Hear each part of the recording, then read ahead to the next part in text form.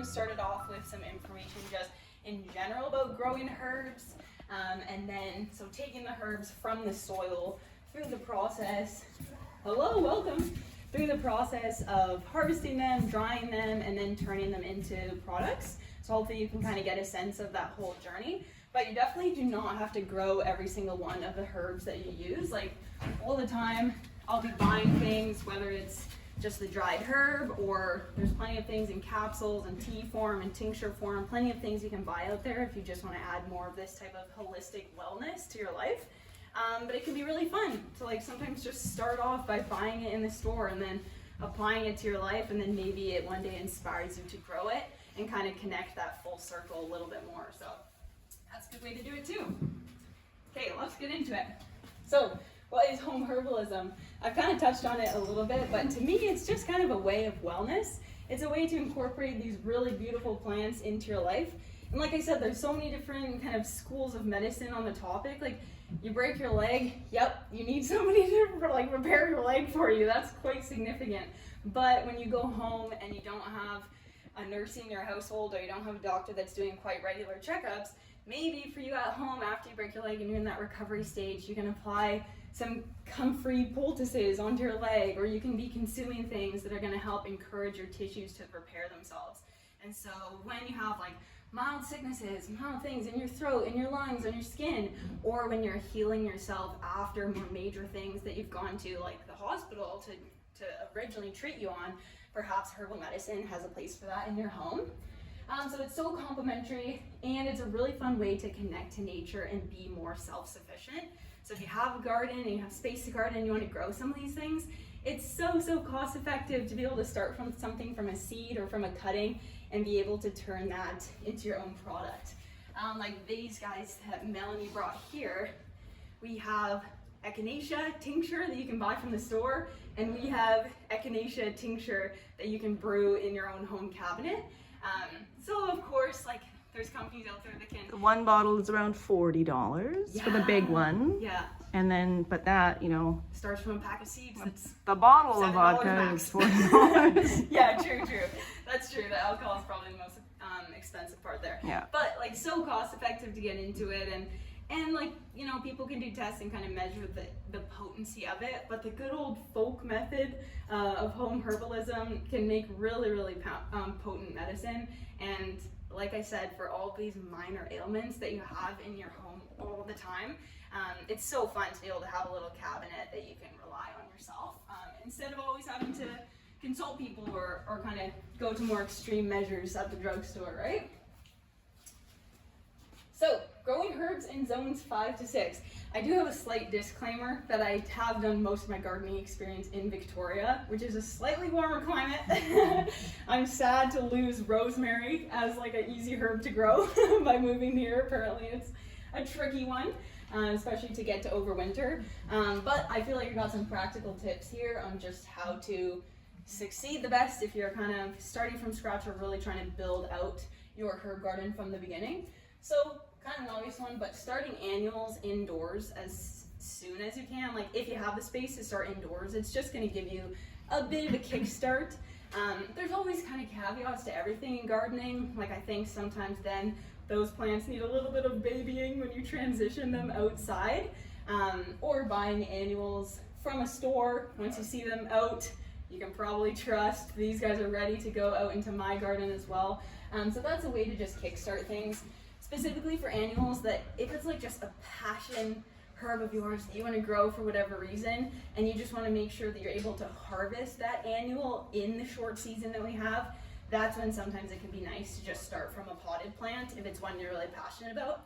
Annuals that you harvest the flowers or the leaves of, so all of the aerial parts, are going to be kind of the most successful in a shorter growing season, because once they produce leaves, then they're ready to be harvested, versus something where you're waiting for the seeds or you're waiting for a mature root. That might just take a little bit longer, so that might be one that has an added challenge to it.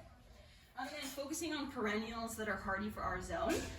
Tony, the manager at Buckerfields, she told me that she actually tries to buy things for a zone that's one lower than us, so zone 5. So Buckerfields is like a good place to consult on what is like most likely to do well in our climate. And then of course, people have different microclimates in your garden. Like maybe there's an area that you've noticed is a little bit warmer than another area, or a super windy area where things have a much harder time surviving because they have a little extra damage.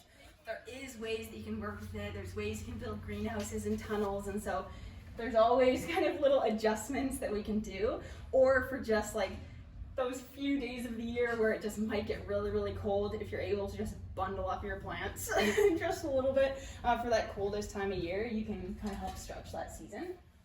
And then soil warmth is important as well. So if you do a lot of potted plants, they're a lot more exposed to the elements. So digging your pots into the ground or wrapping up the bottom of the pots would be helpful. But things in the ground are going to have the soil to help keep them warm. Adding mulch on top of the soil after the end of the summer when the soil has gotten nice and heated up, that's going to help retain the heat into the soil as well as the moisture, which is helpful, and help control the weeds in that. So mulch is a great thing. But then a lot of people will actually pull some of the mulch back in the spring because the mulch also helps retain the coldness in the soil once it starts warming up again. So sometimes people kind of pull it away, but really most importantly, trying to keep the heat of the end of the summer in the soil for as long as possible can be helpful. And mulch, honestly, adding leaves from any nearby trees is, I think, the best strategy. And then one last thing too is like, just take a look at this garden bed here, how full it is, and how few spots you can actually see the soil peeking through. So that is just like how nature wants to do it. Nature doesn't want bare land. Nature doesn't want big chunks of exposed dirt. So this is just going to help the like microbiome in a way of the soil, keeping it all covered. And then just like plant those herbs really dense. If you have a lot of veggie beds right now, you can plant it all along the edge, or you can plant it in between. Like over on this end of my garden bed here, I had a whole bunch of peas, so that was like an area that I would kind of rotate through. But then I had things along the edge, and I just planted all a mix here, mix of different perennials, mix of different annuals, and then it just kind of gives you some variety too. Like it's, if you don't know exactly what's gonna work, it's helpful to just have a little variety, right? Oh yeah, question. Can you just give some examples of the perennials versus annuals? Like, I'm thinking, is basil, would you consider that a herb, or is that like lettuce? Yeah, I would consider it a herb. Okay, so sometimes it's funny with the definitions because there's some plants like basil people consider an annual in our climate because it doesn't survive the winter, but in a warmer climate, it would grow on for more years.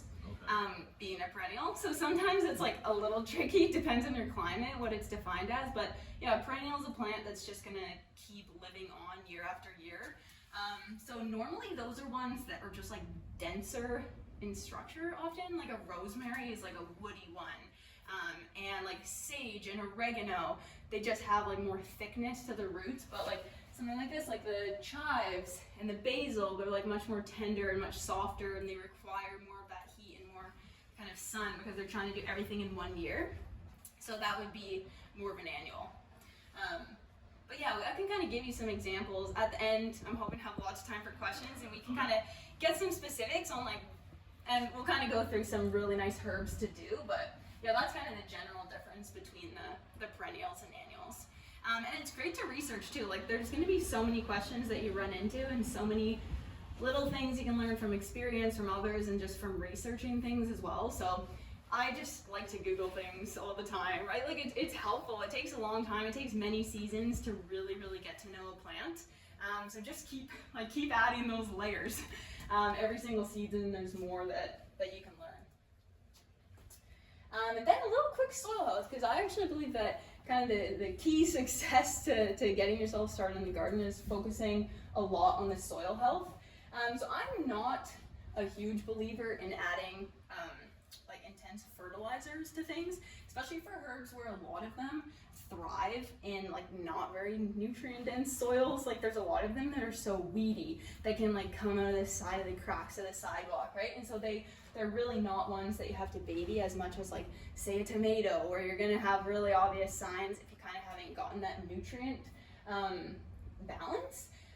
So what I think is kind of best to do is just keep adding organic matter into your soil, and I think just piling on leaves, or if you find like brush and straw and things you just want to chop down into small pieces and put on top of your bed, that's going to decompose and keep adding richness to the soil.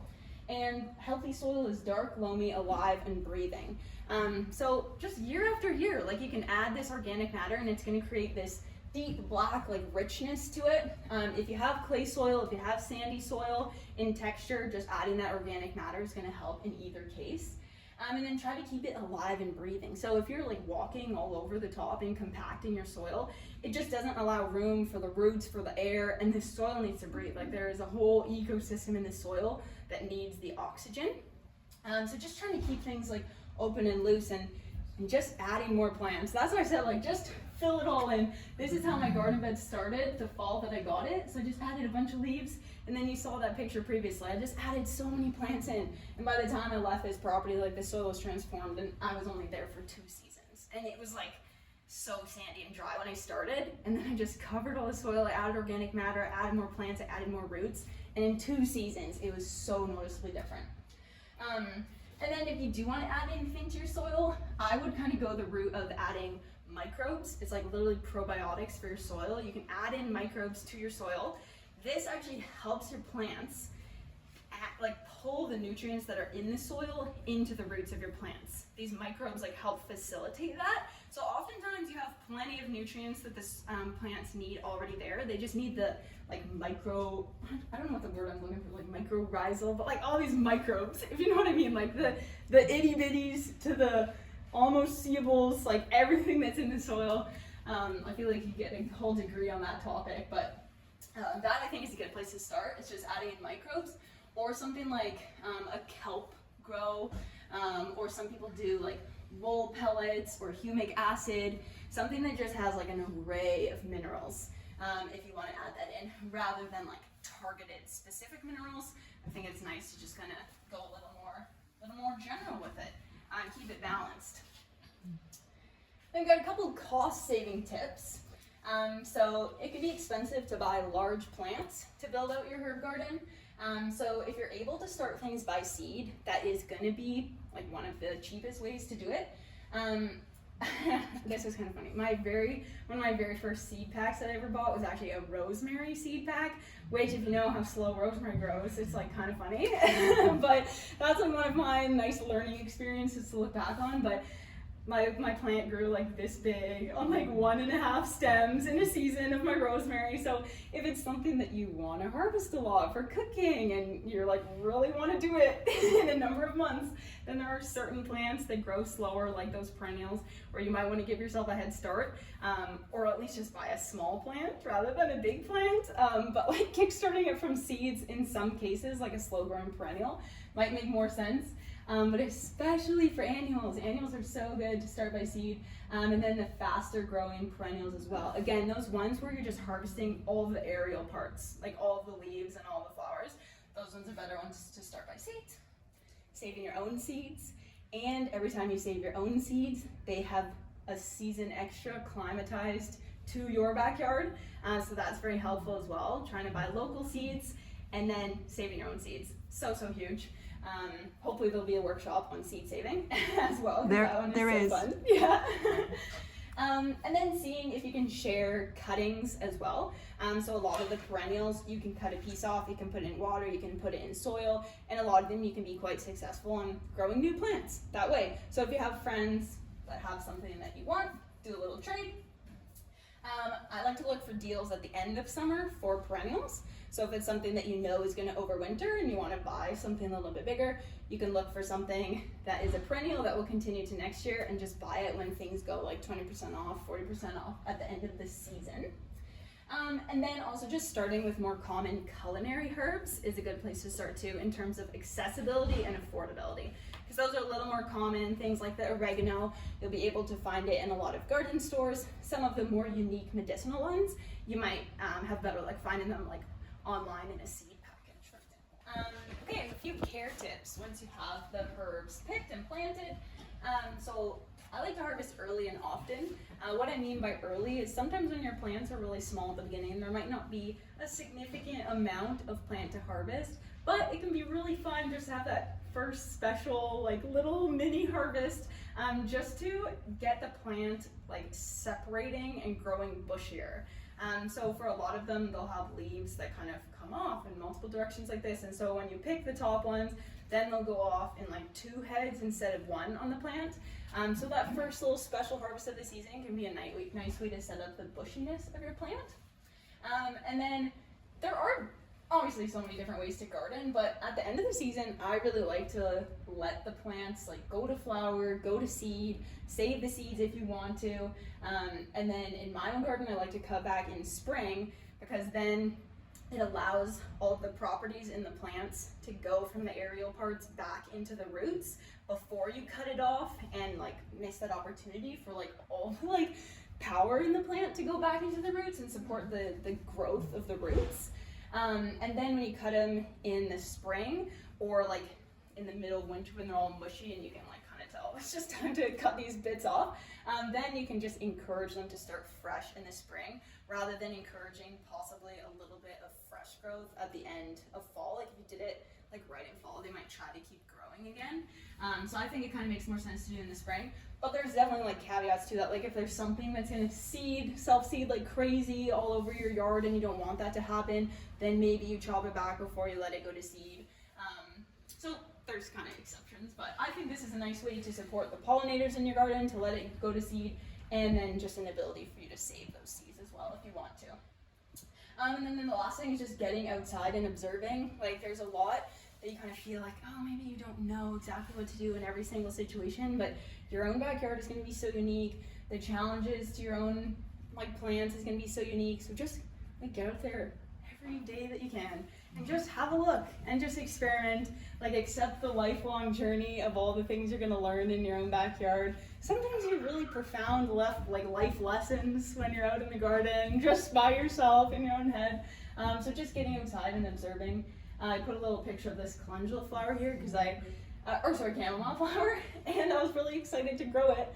And then I was like, I don't know, letting it grow, and then I realized that I had only harvested this one flower that I took a photo of, and I let all of them go like beyond the point of being ideal for tea because I just didn't get out and observe them. Like that was the simple thing. It's not like there's a magical time to when your chamomile is going to be ready to harvest. It's just you have to go out there and watch for it and check it. And these are all learning opportunities and fun opportunities. Like, oh, you missed something, that's okay. You're going to have a ton of seeds, right? Maybe bring those to seed swaps or you share them. And then it turns into a benefit of a trade with a new friend since you missed your harvest and you ended up with lots of seeds, right? So just kind of keep getting out there and embracing it. And then taking those herbs inside and using them. Best times to harvest can vary for the type of plant. So the best way to think about it is the part of the plant that you want to harvest. You want to harvest it when the plant is sending all of its like power to that part of the plant. So if you're wanting to harvest something like chives and you want the green piece of the chive, then when it's in full like perfect spike, that's when you harvest it. Once it starts to flower, now the plant is really focusing on the flowers and spending a bit less time focusing on the green leaves, right? But if you want the flowers, then obviously you try to harvest the flowers when they are kind of like opening budding or fully open. Once they're kind of like a little bit past it, they're just less potent and magical. You can still harvest them, but like in terms of its peak, you just want to try to get it when it's just like in full bloom. And then the roots, like I was saying, the roots will get all of the energy of the plant sent back into them in the fall. Most roots that you're harvesting, you'll want to harvest in the fall because that's once all the energy of the plant has actually gone back down into the roots. So again, do research for each plant that you're doing, but for the most part, roots in the fall, leaves before they flower, flowers when they're opening and just like in that full beautiful form. And it's fun to kind of get magical with it too. Like if there are flowers that just don't look as perfect as the others, only harvest the most perfect ones and bring back the most special parts of it. Like there's a ton of research into the compounds that are in these flowers that like add validity to this this medicine, but there's also so much like magic that you can't measure in herbal medicine. And you go out there and you just have so much fun, and you can be like a little fairy in your own garden, picking the most perfect little ones and bringing them back inside to make your like little potions and your teas, and like allow for just like the like lightness and joy in that experience. So yeah, if there's like bugs on them, or there's ones that are crushed, like just like food, right? Like if there's like a mushy part of an apple, it's like, okay, I don't know if like eating a bruised apple is gonna be as good for me as like eating this nice clean side of the apple, right? So same with the herbs, like the ones that are looking the most perfect are gonna be the ones that are most potent in the medicine as well.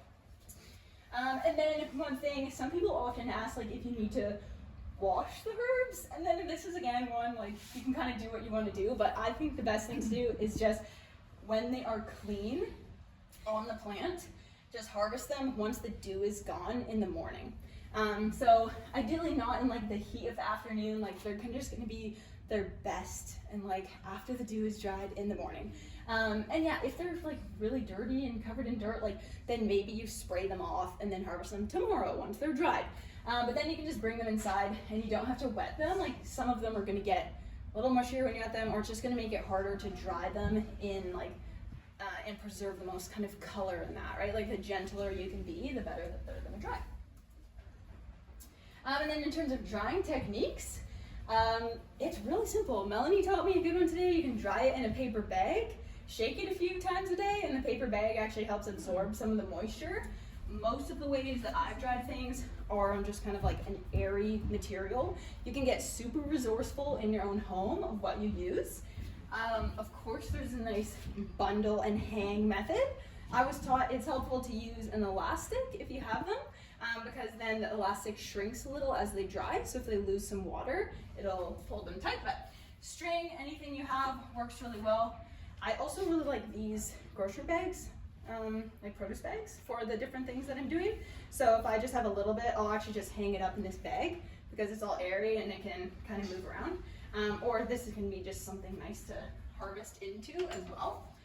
So like I found this on Facebook Marketplace. It's a really big herb drying rack for doing more area. I've got baskets, I've got it hanging. It's fun, right? Like bring the magic into it, hang it on a twine rope in your kitchen, like have a little fun with just like the experience of it in your home as well. And then just try to keep them in an airy place out of direct sunlight. Melanie made a comment too about the dust. Mine probably get dusty leaving them all out, but like ideally it's not like a high traffic right by your front door where there's like all these things that might end up on your herbs. Like try to keep it in a clean spot in your home, just to keep them in the best shape that you can. But out of direct sunlight, the sunlight is going to damage the color and the potency of it. And then yeah, just trying to, like you'd never do it in your bathroom where there's a lot of moisture in that. Like just try to get somewhere where there's going to be airflow. I've done it in a dehydrator before. I don't even think it's necessary because of how easy it can be to just air dry it. And then I'm sure people have tried the oven. It might work if you just really want to make sure that something's dry, or if you're doing something like a root that's a little bit thicker and you just want to make sure you get all the moisture out of it, then maybe like a dehydrator in the oven's good. But if it's flowers, if it's leaves, you can totally get away with air drying it. Both of them just keep it really low and slow. So 125 degrees for like 16 hours or something. I don't know, like just really low and a long time in your dehydrator is the way to do it. The faster that you do it, the more you're just gonna like risk them kind of going a bit black. Yeah, I think the dehydrators usually have settings. Yeah, they'll have like which is nice. Little recipes and stuff for you. And even the oven too is just like turn it on to its lowest and then turn it off. Yeah. And then let it even crack it open just a little bit with like a towel. Yeah, to keep some air going Yeah. in. Yeah. Yeah, but you can keep it so simple. And then in terms of storage tips, so light, heat, and moisture are going to be the things that damage your herbs. So you can get a lot of like a dark glass jar is probably like the most ideal thing. Or you can just like store it in a jar outside of the light. But obviously just use what you have to. Like if you only have plastic containers, just do it. Just know that there are more, you can upgrade yourself. Time after time, just kind of upgrade to just do your best. Like, it's your own little activity to get the highest quality. Putting the name of what you put in there, very, very helpful. Like, even You if think you you're have gonna one remember. thing in your jar, like you're covered, very, very helpful. And then I also like to put the year that I harvested it. Then you know as well, like, which one to use first in your own cabinet, like at a minimum. That could be nice. So I'll just put the year I harvested. And then a note too on storage is the finer that it's ground up, the more exposed it's going to be to oxidation. So sometimes what I'll do is I'll actually just like take the full leaf, like say it's like peppermint leaf or something big, and I'll just like shove it in there, the full leaf, and then I'll have a section that I ground up into more of a tea cut that I'll ground up, just like again, just to try to maximize the preservation of it. Or like if you have a really large container that you want it to last you the whole winter, because this was your whole harvest of something, if you had like a smaller container that's in your tea cabinet or your medicine cabinet that you're kind of actively using from to keep most of it sealed off, and not something that you're dipping into a bunch, that again is going to be helpful. Okay, now we're making things like teas. So this, like, it's so simple. You need to get yourself some sort of little tea strainer, because now you're going to be upgrading from a tea bag into your own little concoction of dried herbs.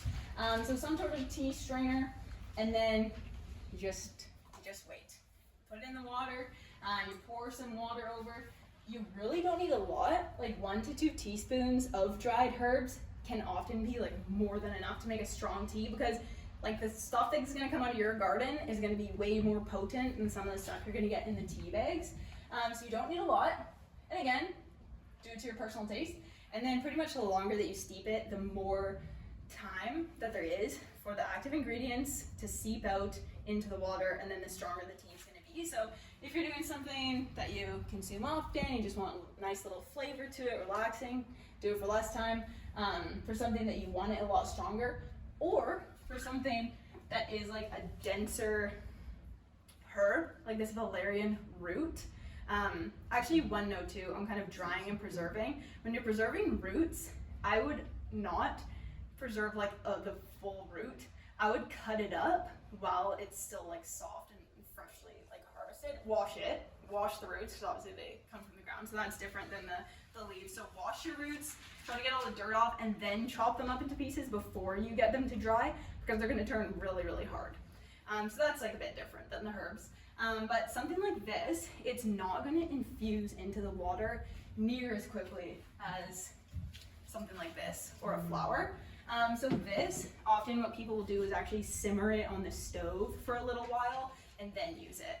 So it might be something that you reheat a bit later if you want to make a bigger batch. Yeah. For some herbs, is it better to have hot water that isn't boiling because of damaging the... I think yes. Yeah, like there might be exceptions. I've heard that for sure. Like even just in the more simple teas of like the black to green level, like not pouring boiling water over it. Yeah, it's just kind of like less of a shock to the herb. So just like a really really hot water would be more ideal. And then see this little like wooden cover that I have for mine? A lot of the herbs are going to be quite aromatic, or they might have like oils that will kind of release up into the air. So as you're letting it steep, it can be nice to cover it too. And then you can get away with like not a boiling hot water if you're going to leave it for closer to 10 minutes, because you're helping keep the heat in as well. So that's a good point. Yeah, so then on the roots, you can do it on the stove, or like I was taking black cohosh for a little while. It's like really good for menopause and for fertility and that type of thing. So I wanted to play around with it and take it. And so I bought this root, but I've been taking pinches of this like very fine root, and I find just leaving that for 10 or 20 minutes with water covered will do a really good job, and it can get quite potent. So that's another thing you can do too, is just powder your roots, and then that'll help speed it up a little bit faster, right? Like the more surface area that there is, the faster things are gonna cook. You guys know this, like you make soups, right? The biggest items go in first because they take the longest to cook, the smallest items go in last, right? So same thing with the different types of medicinal herbs you're gonna have. And then get like so playful with this. Like this, it's just such a fun opportunity. Making your own concoctions of teas. Like teas, I think, are just the most accessible way to use the herbal medicine in your home. There's so many different things you can do. You can do things for allergies, you can do things for lungs, you can do things for immunity. I like doing a sage throat rinse or like a little sage tea when I have some sort of like little tingle, right? When you get that tingle, I'll do one with sage. I played around once. I infused all these different ones into classes. I was looking at the colors, I was smelling them, like I was just learning through play and observation. And that really is how things are gonna solidify for you. Like it's these weird and wonderful ways that I end up like rooting things into my brain that I really carry with me. It's not from like scrolling list after list of tons of information. Like it's those really slow moments that you're gonna have in your own kitchen that are really gonna help solidify these things for you. Yeah, that was one of the best pieces of advice I read from a book, was like just choose an herb and learn it really well. Yeah. And maybe you're deciding like, what is it that I need? Do I need calming? Do I need digestive support? Like kind of choose your issue, find the herb that best can suit that, and then just start using it and see how, because we can use a million things, but then how do you know anything made a difference? Yeah. So, Or in the opposite direction, you have a weed growing in your garden and you research it and you figure it out and you learn its uses, and then you figure out if you want to bring that into your home, right? So it's however it comes to you. Yeah. I've learned this from coffee. Apparently, if you use like a Braun coffee blender, grinder, and if it heats up a lot, and it's not as good as having hand grinder. Old-fashioned hand grinder. Yeah. From Europe. Yeah. could be the heat, you know? Yeah. Just Yeah. that little bit of extra heat from the mechanical action. Yeah. And like I was saying, even just about like the magic of it, like taking things back in technology and slowing it down. Like if you have one of those little blenders and you want to blitz your herbs into a fine tea cut, great strategy. But if you have a mortar or pestle and you want to grind it up in there, like there's something special to it. And I know not everybody shares the same opinions on these things, but I think that the love and time and the energy that you put into it in this type of medicine, like in this realm, it can be so powerful, right? Like a lovingly made soup is gonna nourish you better. It's just gonna nourish you better. That's what I believe. So adding in like those special moments with it, it's part of the fun. Okay, so next thing, making infused oils. So this I think is another really accessible thing to do in your own home. Taking the herbs that you have, infusing them in oil, and then using the oils as is or making those oils into products can be a really fun thing to do. So kind of step by step here, choose your herbs. What do you want to make this for, right?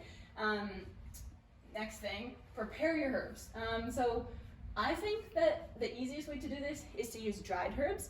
You can make infused oils with fresh herbs. The thing about that though is that the water content in your end product of the oil is going to be the thing that's most likely to have it go off or go bad. So when you're using fresh herbs, the fresh herbs have water content in them.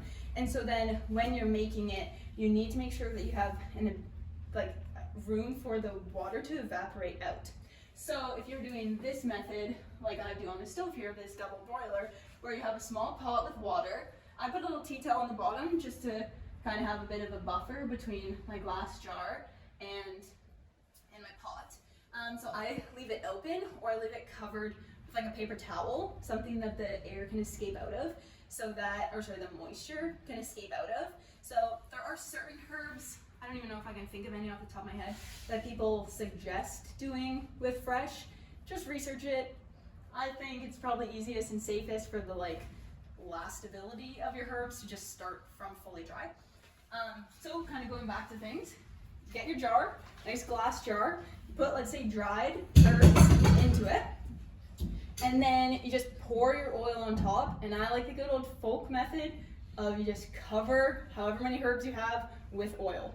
And like some people, if you want to be really consistent and remake things, just measure out the grams of oil and the grams of herbs that you made. So if you want to play around with trying to make things more or less potent or consistent, you can measure it. But you just cover it with oil, and then there's different things you can do from here.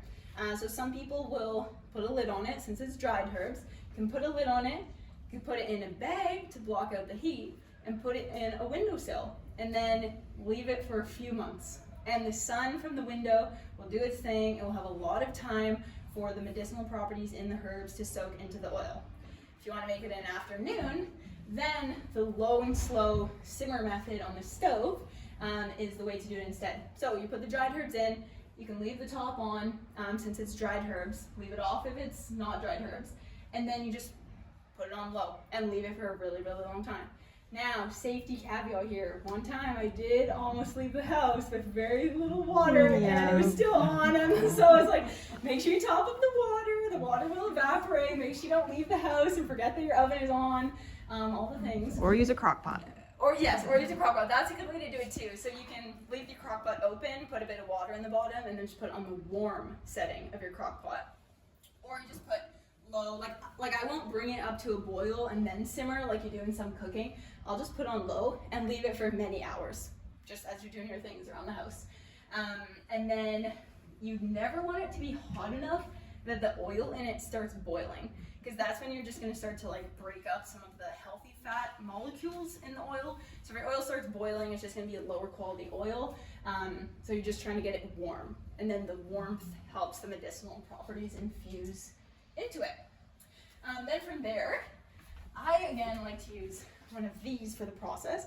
You can also get a cheesecloth. I just find these kind of more accessible, and I already have them, so I just kind of try to be thrifty with it. But basically I'll take like a measuring cup, put that on the counter. I'll put this over top with the double layer like this. Trying to rinse things out like this just is not the play for me, so I'll go like this. Put it over top in the cup that I have, and then I'll take the oil with the herbs that are infusing, and I'll just pour it through. And so then this is going to catch all of the herbs, and all of the oil is going to drip through into my measuring cup, and then I just carefully wrap it all up, and I'll give it some squeezes. You don't want to squeeze if you use fresh herbs, because you're going to squeeze some of the water into your oil. But if we're all doing the dry herb method, then you can squeeze it out, try to get all the oil and all the good stuff out, let it all drip. Depending on what you're working with, like you might need more or less fineness to it. Like I did it with comfrey, and I found that there was a lot of little bits of hairs that went through. So I actually did it through a coffee filter after that, because there was just little things that I could feel when I used it. So you might have to get creative, make it work for you. But yeah, then just squeeze it out, and then you're gonna have oil with no herb in it left. So, oh, we don't even really have an example of that, but all these things that I brought over here, that's what I did with all these things. So St. John's, calendula, arnica, comfrey, that's what these things are here. And it's just so fun and special when they turn out different colors. I use olive oil in all of these, and like St. John's wort is known for having like this red color that comes out of the yellow flowers. Comfrey, I was so pleased to get it green. It's just like a little sign of your potency that something's working as you're doing it. So it can be so much fun. So then you have your oil, and didn't really comment on the oil. You can really use any oil that you want to use. I use olive oil, just like an organic cold pressed olive oil, the highest quality that I can afford at the supermarket. And I think that's just a good way to do it, especially when it's just going to be something topical that you use for a variety of different applications. If you want to get really fancy, maybe make yourself something for your face, and you want to use other oils for the infusion, you can. You can also make a blend after the fact. So infuse all your oil, and then if you want to make a little mix of different infused oils, then instead of having to put all the herbs in at once, you can kind of keep your herb oils separate for whatever kind of mixes you want to make, and then you can just make your own little product of something after the fact. So kind of like some of these little things we've got going on here. So like I did one with rosemary, and then I added castor oil, vitamin E oil, which kind of helps preserve it as well, but then it's also really good for your skin, and then rosemary essential oil. So I made a little hair product out of that, a little combination. I one time added cocoa butter. I like whipped up some cocoa butter, added in oil, a number of different infused oils that I did, and then I tried whipping it up to try to get it like a different texture just for fun, and made just like a body oil for that. So it's fun. Like I think essential oil medicine is kind of in this realm too, so it can be really fun to research that and play with it and add things in for the body products that you want to make. And then there's a number of other things you can do too. Like we talked about oil infusion. It's basically the exact same thing when you do an alcohol infusion, which would make a tincture. So you can do fresh or dried with the alcohol, no problem on the water content in there because it's in alcohol. What's the ratio? People do like a 40 It depends. alcohol to 60 water. Yeah, it depends. Like if you're using, it's really hard to access high potency alcohol here. So the typical kind that you can buy, which is like the 40%, is not, for anything that's resinous, sticky, you need like really high proof alcohol, which is hard to find. For leaves and anything like that, you're just using standard, or flowers, you can use 40%. It just may not extract as well unless you're getting like really high proof. The 50% alcohol here is in a plastic bottle, and there's just something about that, I just don't want to use it for some reason. So, and then depending on how potent you want something to be, is going to be how much product you use to, because again, if you are taking something that has water content and putting it and extracting, you're going to dilute your final product. So there is definitely, like, when you really start getting into medicine with tinctures, you'd have to start looking at recipes and ratios to really know if it's having the effect that you're hoping for. If you're thinking about, this is food ultimately, so if you're just using things on a regular basis, then you're getting, but if you're looking for medicine, that's a totally different realm. Yeah, and there's like kind of a big spectrum there too, right? Of like food is medicine, medicine is food. Like the more that you can add in herbs to your everyday life, like there's so many amazing properties in them, like vitamins, antioxidants, polyphenols, like just the list goes on. I don't even know. I need a chemistry degree, right? Like it's crazy awesome, the stuff that's in them, and it just like brings vitality and power to all of the cells in your body. The more of these types of foods you can add into your everyday. So if it's just regular tea, if it's just regular spices in your food, like that's going to go a long way in your health as well. And then when you're trying to make things extra potent, it just takes some extra experience or some extra research to kind of get into it. But I think that's a beautiful thing about herbal medicine, of it's something you're really trying to heal your body from the inside out. It is like a medicine that just takes longer, because it's not the type of thing that's just going to really quickly be a symptom blocker. It's something that is trying to heal you, so you do have to have a bit more patience with it as well. Or it's just something you add in for that extra vitality, just so your immune system's in a better spot from the beginning. That's the lady that I listen to a lot of her podcasts, like early, often, and after when it comes to herbal medicine. Like if you start feeling something, it's like you get all the things in you, right? And you keep at it, little amounts all day long, not just one dose of echinacea. And then after too, right? To keep your body resilient. But the dosage is definitely something to research too. Like certain things, like just taking it once is really not going to get you the effect that you're probably looking for. So it's really like if you're trying to achieve something to do with your autoimmune conditions, like you're going to have to learn like really how much you have to use to actually see an effect. But again, that is healing you from the inside out. So it's not like it's just blocking those symptoms. Like you're really working towards better health. Yeah. I was just going to offer a perfect example of that. Turmeric is a perfect example of that, because body will use what it needs to at that moment and get rid of it. And turmeric is great for inflammation of any kind, right? So, and if it's taken with a tea, it's more potent as well. But if you want to take turmeric, spread it out just a little bit at a time throughout the day. Some other examples here, like this is the sage throat rinse I was talking about. So I'll add salt and sage. I'll just leave this whole thing of water in my bathroom all the time. Just every time I go to the bathroom or more, I'll take a little gargle of it when I kind of feel things coming on. You can do tinctures like we talked about. This I think is like, oh, I'm just so proud of this photo. This is my oregano, how green and vibrant it is. This is Walmart's oregano, how obviously brown it is. So that's like such a fun special thing. Like they really are just better. They're just better when you grow them yourself. And then you can make like fun little products. So this is just an infused oil, and then this is kind of what I showed you, just making some bathroom things.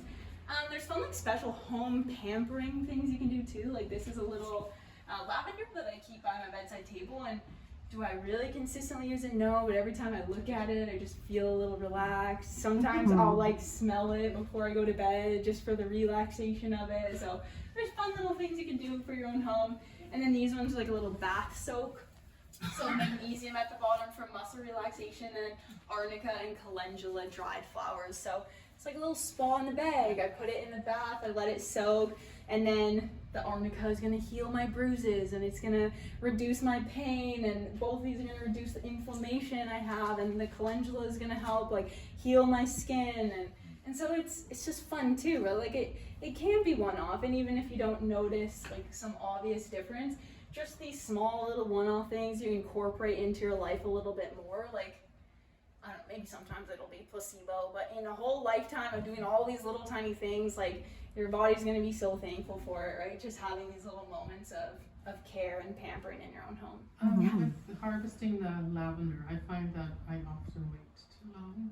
I think I Right. wait too long. Yeah, Where's the sweet spot? I know with lavender, it's like you kind of want to get it while it's a little bit more of a bud than a fuller one. Like as soon as they start like the top a little bit, if you can like zoom your brain in on like one little piece of lavender, you know, like when they start opening up on the top like that, is when like these ones are tight. They are like a nice tighter little bulb. So just earlier, Earlier, yeah.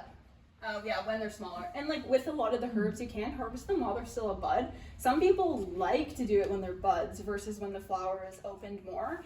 So if you are harvesting a flower, like a mature bulb, like bud, to an opening flower, is gonna be a good spot to do it. Rather than like once it's like on its way out, right? Like that, there's like little tipping point of whenever that is.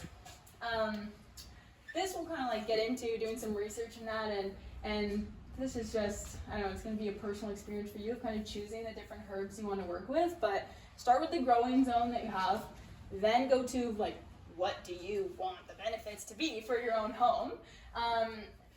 Herbs can be such a beautiful thing to add to your garden for the bloom times and how pollinator friendly they are as well. So like rosemary blooms in the spring, thyme blooms like a little later, oregano a little later. Like it's nice to have things of different times, right? Like if you had only annuals that all bloomed in July, then you're only supporting the pollinators at that time in July. But if you can have things that bloom throughout the year, then there's always going to be a nice mix, and it just like makes your garden more successful too, the more you can support the pollinators. And then consider how you'd like to harvest. I have just stayed away from root harvesting herbs because it just seems way too complicated. Like besides that one valerian I've done, I'm like, I just want to take all the aerial parts because that's the most fun to me. So that's something that I like to consider. And then also just like how long you have to wait for different things. Like I said, like when is it ready to be harvested in the year, and does your climate like have that time available? Consider the conditions of your own garden. So there are so many different herbs that can survive much more extreme conditions than your veggies can. Like some things really like wet areas. Some really like just like bare soil that nothing else grows in. So you can research that too if there's like a shaded part or an area of your yard that you just want to try adding something different in. And research the weeds you already have. There might be a number of things that actually have medicinal benefits that you don't know about. So before you just go and rip something out that looks like it's doing really good, do some of those online picture research tools. And I don't know how AI savvy you guys are, but I like to use ChatGPT. Just trying to read the room. How many of you have heard of that? But sometimes I will like put all of my criteria into ChatGPT and have it generate some ideas of herbs that meet all of those criteria. Works way better than a Google search will. And then I can research from there, right? Like I'll get it to give me some ideas. You can ask it for more ideas. You could then ask it, okay, now tell me the medicinal benefits of all these ideas that you gave me, right? And that's just a good way to kickstart your research when you have a lot of criteria that you're trying to find a specific herb plant for. And then you can look in books, you can check out some other websites to learn more about the specific plants that you want to do. And then we're going to just briefly touch on wild harvesting. There's a lot of weeds that people call, like I said, in your own yard or that are nearby that can be really medicinal. Like here's me out harvesting hawthorn berries that I dried. You can also do like hawthorn leaves. These are ones that I've bought. And this grows all around. We have some ideas on the next slide of ones for you to look for, but just kind of like a quick intro into it. The herb is gonna absorb what is in the environment around it. So if you found a herb on the side of the sidewalk that you know your neighbor's dog does their business on all the time, I wouldn't harvest that one. Like I would look for a different cleaner spot. Kind of like if you're ever gonna eat snow, you know the snow you're gonna eat if you're gonna eat snow, right? And so like look for herbs that just seem like they're in the best spots. And like yes, herbs do grow in a lot of sidewalk ditch type spots, but like use that judgment on what's gonna be the best call. Like a local park or some of like the forestry trails, if you ever do hikes up on forestry trails, like that's where there's gonna be a lot of good spots. I also would avoid really busy highways that might have a lot of emissions, not like right on the side of a road that's gonna have a lot of emissions, right? Like I said, they like to absorb those things. And so biggest recommendation here is just starting right now, become more observant as you're walking around your local areas all throughout the season. Just see what you notice. Take pictures, see what comes up, see what is just all around you, see what's in bloom, what time of year. Just notice, take those pictures home and try to research them. See if something stands out to you. There might be things that really don't, like tansy, those beautiful little yellow flowers. They grow everywhere. They are kind of black little buds now this time of year. They grow everywhere. They have specific medicinal benefits that unfortunately I'm not interested in right now. So I'm like, that's okay. They can be beautiful, but I learned it. I noticed these yellow flowers. I looked it up. I planted that little brick of knowledge, and then I kind of am looking for something else, right? So to move on to the next, research it. Consider the best time of year to harvest. So like if you notice something and you noticed it because it was flowering or going to seed and that's what helped you recognize it and identify it, maybe it's something you want to like mark down the location of or take a picture of, and then remember to just try to check back therein another time of year when it might be more appropriate to harvest it. Elderberry is a good example of that. We have elderberry everywhere throughout the shoe swap. So just finding that when it's flowering and knowing when you can go back for the berries. Yeah, go for it. We have a friend that has an app, and she just has to show it to the plant. Yeah. I don't know how accurate it is, but it sounds like a fantastic thing. Yeah, totally. Yeah, with those apps, one thing that I've heard is if you can, try to find an app that's going to be like as location and time of year specific to you. Because there might be a lot of things in the whole world that look similar to that plant, but if you can get it to just like think about what would be in BC, that'll be more accurate. Or yeah, just do some quick fact checks on like, is that actually a plant that grows in this area? The one that it's recommending. And then I kind of feel like I don't need to say this, but like just take what you need, especially if you're just experimenting with something new. Take a little bit, bring it home, test it out. I read a book that said never take the first one that you see either. Like if you're in an area and you see St. John's wort, and you're like, oh, these little yellow flowers, and there's only one plant, you gotta say goodbye. You gotta be like, okay, I noticed you, but you're the only plant growing here, so I'm gonna wait for the second one before I start harvesting anything in that area. That's just kind of like a, preservation method, just in case that's the plant that's needed to spread its seed in that area. So just wait until you say take the second one, and then there's kind of an opportunity to be a plant steward too. So the plants that are native, which in your research you'll kind of figure that out, go back, spread the seeds, take some seeds, help them out along the way. A little bit of this as you're going around to get the seeds going, just to try to make it more abundant for people next time. It's helpful too. And that's the end of our presentation. Here's our motto again: practice, experiment, and grow. And then these are some things Melly and I came up with that, I don't know, just like kind of a nice little note, if anything's standing out on garden plants or wild herbs that you think you might be interested in, just kind of jot those down. We think you'd be able to have success with these. There's a lot of interesting medicinal benefits, but also this list could be so long and is not even tailored to the things you're interested in, so it's just a start.